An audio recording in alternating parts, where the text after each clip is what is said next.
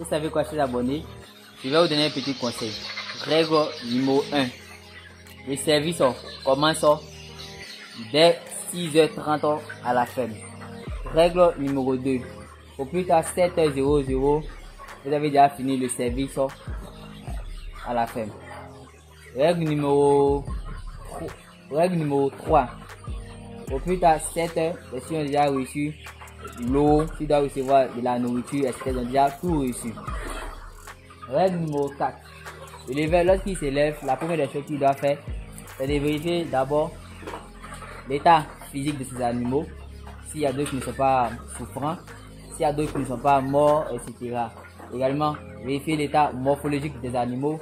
S'il n'y a pas de lésions cutanées, s'il n'y a pas de problème, il n'y a pas d'autres qui boitent, etc. Donc après, une autre règle encore, il faut vérifier la litière, c'est-à-dire il faut regarder les selles. S'il n'y a pas de couleurs qui sont un peu bizarres, il n'y a pas d'anomalies au niveau des selles. Une autre règle encore, il faut voir la barrique. Est-ce qu'il y a de l'eau dans la barrique?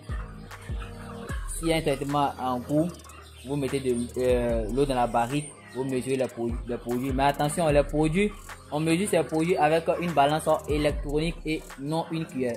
Une cuillère, ce n'est pas professionnel. Une cuillère ne peut pas calibrer la quantité qu'il faut prendre.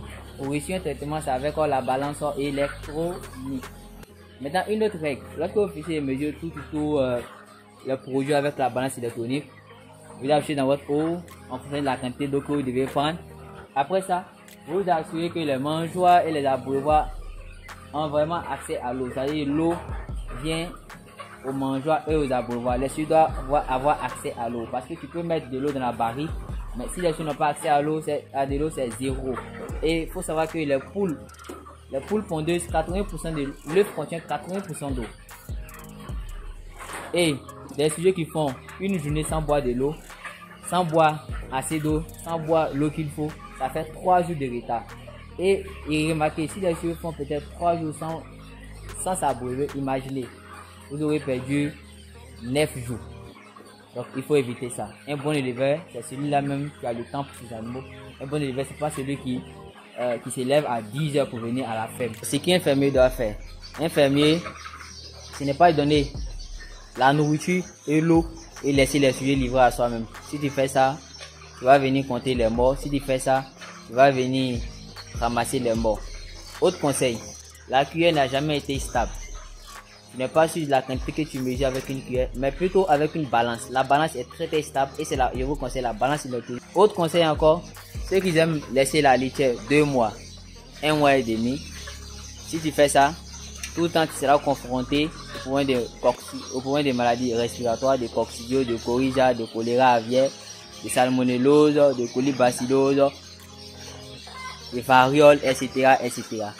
Donc, à la ferme, c'est l'hygiène qui est très capitale, qui est très primordiale.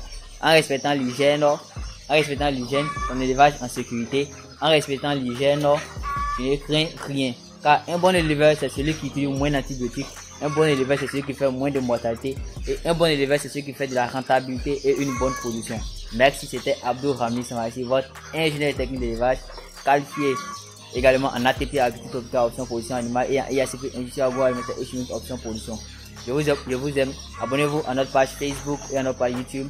Sans oublier aussi la page Instagram. Il n'y a rien d'autre que Estembo Service d'élevage et d'agriculture. Ici, nous formons les futurs agronomes de demain.